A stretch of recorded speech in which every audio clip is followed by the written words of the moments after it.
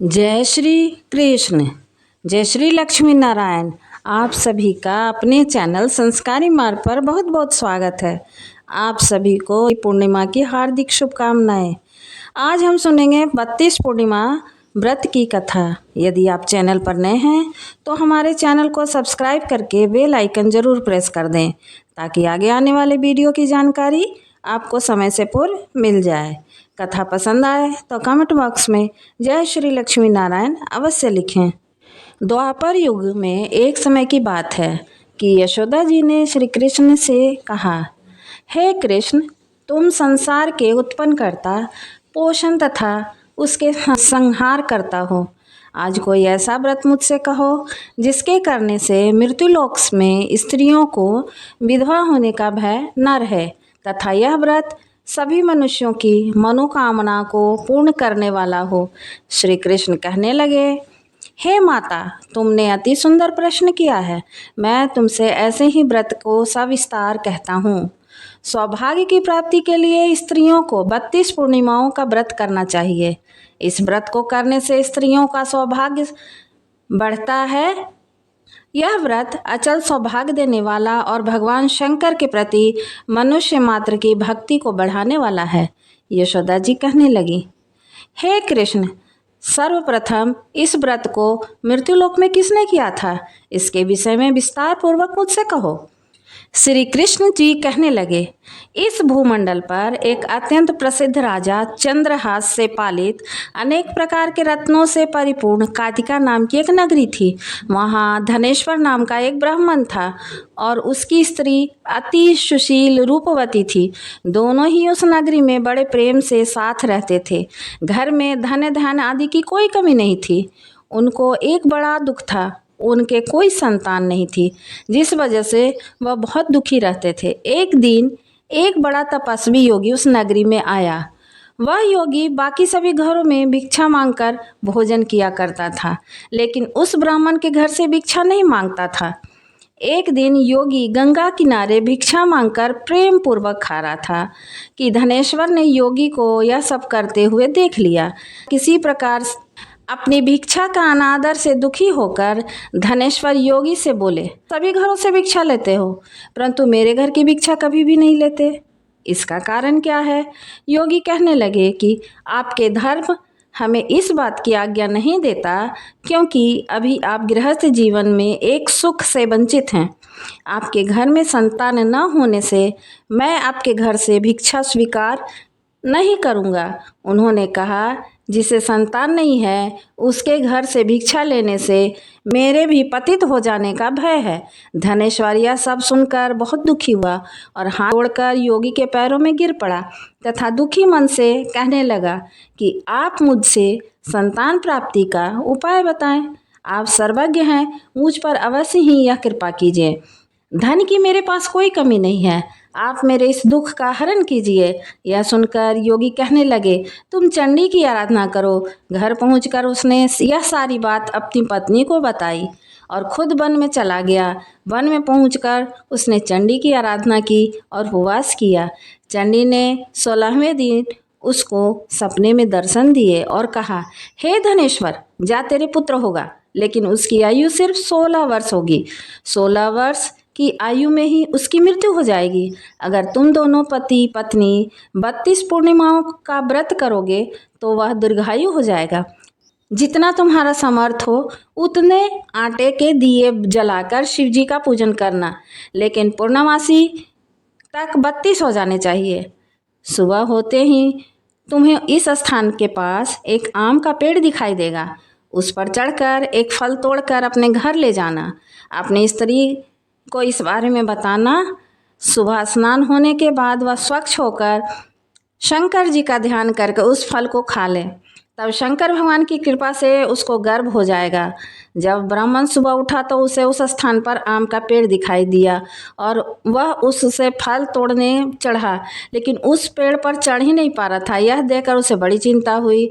उसने भगवान गणेश की उपासना की और कहा, हे दयानिधे, अपने भक्तों के विघ्न का नाश करके उसके मंगल कार्य को करने वाले, दुष्ट का नाश करने वाले, रिद्धि सिद्धि देने वाले, आप मुझे इतना बल दें कि मैं अपनी मनोकामना पूर्ति के लिए यह कार्य कर सकूं। इसके बाद वह पेड़ के फल तोड़कर अपनी पत्नी के पास पहुंचा।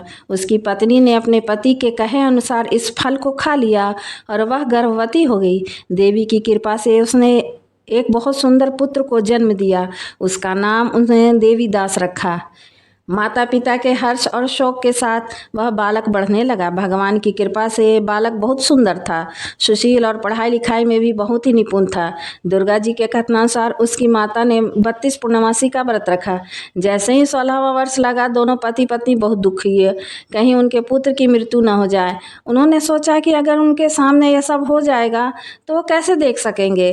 तभी उन्होंने देवीदास के मामा को बुलाया और 1 वर्ष के लिए देवीदास को काशी में पढ़ने के लिए भेज दिया। 1 वर्ष के बाद उसे वापस लेकर आना, ऐसा उन्होंने देवीदास के मामा को कहा। देवीदास अपने मामा के साथ एक घोड़े पर सवार होकर चल दिया। उसके मामा को भी यह बात नहीं पता थी। दोनों पति पत्नी 32 पूर्णमासी का व्रत पूरा किया। दूसरी तरफ मामा और भांजा दोनों रात गुजारने के लिए रास्ते में एक गांव में रुके। उस दिन उस गांव में ब्राह्मण की कन्या का विवाह होने वाला था। जिस धर्मशाला में वर और बारात के बाकी लोग रुके थे, उसी धर्मशाला में देवीदास और उसका मामा ठहर गए। उधर कन्या को तेल आदि चढ़ाने के बाद जब लग्न का समय आया तो वर की तबीयत खराब हो गई।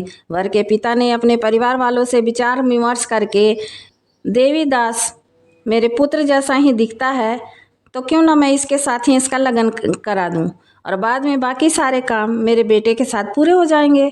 ऐसा कहने के बाद वर के पिता देवीदास को मांगने के लिए उसके मामा के पास गए और उन्होंने सारी बात बताई। मामा ने कहा कि कन्यादान में जो कुछ भी मिलेगा वह हमें दे दिया जाए। वर के पिता ने बात स्वीकार कर ली। इसके बाद देवीदास का विवाह कन्या के साथ संपन्न हो गया। लेकिन वह अपनी पत्नी के साथ भोजन न कर सका और मन में विचार करने लगा कि जाने यह किसकी पत्नी होगी। यह सोचकर उसकी आंखों में आंसू आ गए। तब वधू ने पूछा कि क्या बात है, आप उदास क्यों हैं। तब उसने सारी बात अपनी पत्नी को बता दी। वह कन्या कहने लगी, यह ब्रह्म के विपरीत है। आप ही मेरे पति हैं और आपकी ही मैं पत्नी रहूंगी, किसी अन्य की कभी नहीं। तब देवीदास ने कहा, ऐसा मत करिए क्योंकि मेरी आयु बहुत कम है, मेरे बाद आपका क्या होगा। लेकिन उसकी पत्नी नहीं मानी और बोली, स्वामी आप भोजन कीजिए। दोनों रात में सोने के लिए चले गए। सुबह देवीदास ने अपनी पत्नी को 4 नगों से जड़ी एक अंगूठी दी, एक रुमाल दिया और बोला, हे प्रिय, इसे लो और संकेत समझकर स्थिर चित्त हो जाओ। मेरे मरण और जीवन जानने के लिए एक पुष्प वाटिका बना लो, उसमें सुगंधी वाली एक नवमालिका लगा लो, उसको प्रतिदिन जल से सींचा करो, आनंद के साथ खेलो कूदो। जिस समय और जिस दिन मेरा प्राणांत होगा उस दिन यह फूल सूख जाएंगे। जब यह फिर हरे हो जाएं तो जान लेना है कि मैं जीवित हूँ। यह समझाकर वह वहाँ से चला गया। इसके बाद जब वर और बाकी बाराती मंडप पे आए तो कन्या ने उसे देखकर कहा कि मेरा पति नहीं है, यह मेरे पति वह हैं जिनके साथ रात में विवाह हुआ है। इसके साथ मेरा विवाह नहीं हुआ है। अगर ये वही है तो यह बताए कि मैंने इसे क्या दिया। साथ ही कन्यादान के समय जो आभूषण मिले उन्हें दिखाए। कन्या की ये सारी बातें सुनकर वह कहने लगा कि यह सब मैं नहीं जानता। इसके बाद सारे बारात अपमानित होकर वहाँ से लौट आई। भगवान कृष्ण बोले, माता इस प्रकार देवीदास काशी चला गया। कुछ समय जब बीत गया तो एक सर्प उसको डसने के लिए वहाँ आया, लेकिन वह उसको काट नहीं पाया क्योंकि उसकी माता ने पहले ही 32 पूर्णिमा का व्रत कर लिए थे। इसके बाद काल खुद वहाँ पहुँचा। भगवान की कृपा से तभी वहाँ माता पार्वती और शिव पहुँच गए और गणेश भगवान भी आ गए। देवीदास को मूर्छित देख माता पार्वती ने भगवान शिव से प्रार्थना की कि हे महाराज, इस बालक की माता ने पहले ही 32 पूर्णिमाओं के व्रत कर लिए हैं, आप इसको जीवन दान दे। भगवान शिव माता पार्वती के कहने पर उसके प्राण उसे दान में दे दिया। उधर उसकी पत्नी उसके काल की प्रतीक्षा कर रही थी। उसकी पत्नी ने जब देखा कि पुष्प और पत्र दोनों ही नहीं हैं तो उसे बड़ा आश्चर्य हुआ। और जब उसने देखा कि पुष्पवाटिका फिर हरी हो गई है तो वह समझ गई कि उसका पति जिंदा है। इसके बाद वह बहुत ही प्रसन्न होकर अपने पिता से कहने लगी, हे पिता, मेरे पति जीवित हैं, उनको ढूंढिए। जब 16वां वर्ष व्यतीत हो गया तो देवीदास भी अपने मामा के साथ काशी से चल दिया। इधर उसकी पत्नी के परिवार वाले उन्हें ढूंढने के लिए जा ही रहे थे कि उन्होंने देखा कि देवीदास अपने मामा के साथ उधर ही आ रहे हैं। उनको देखकर उसके ससुर बहुत प्रसन्न हुए और उसे अपने साथ घर ले गए। वहाँ सारा समाज इकट्ठा हो गया और कन्या ने भी उसे पहचान लिया।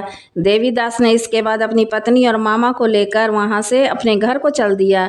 उसके ससुर ने उसे बहुत सारा अन्न धन दिया। जब वह अपने घर की तरफ चल रहा था तो उसके माता पिता को लोगों ने खबर दी कि तुम्हारा पुत्र देवीदास अपनी पत्नी के साथ और मामा के साथ अपने घर आ रहा है। ऐसा समाचार सुनकर पहले तो उन्हें विश्वास नहीं हुआ, लेकिन जब देवीदास आया उसने अपने माता पिता के पैर छुए तो देवीदास के माता पिता ने उसका माथा चूम लिया। दोनों ने उसे अपने सीने से लगा लिया। दोनों के आने की खुशी में धनेश्वर ने बहुत दान दक्षिणा ब्राह्मणों को दी। श्री कृष्ण जी कहने लगे, ईश्वर को 32 पूर्णिमाओं के व्रत के प्रभाव से संतान प्राप्त हुई। जो स्त्रियां इस व्रत को करती हैं वह जन्म जन्मांतरों तक वैधव्य का दुख नहीं भोगती और सदैव सौभाग्यवती बनी रहती हैं। यह मेरा वचन है। यह व्रत संतान देने वाला और सभी मनोकामनाओं को पूरा करने वाला है। कथा पूर्ण हुई। जय श्री कृष्ण, जय श्री लक्ष्मी नारायण। अगर कथा पसंद आई हो तो कृपया कमेंट बॉक्स में जय श्री लक्ष्मी नारायण अवश्य लिखें। धन्यवाद।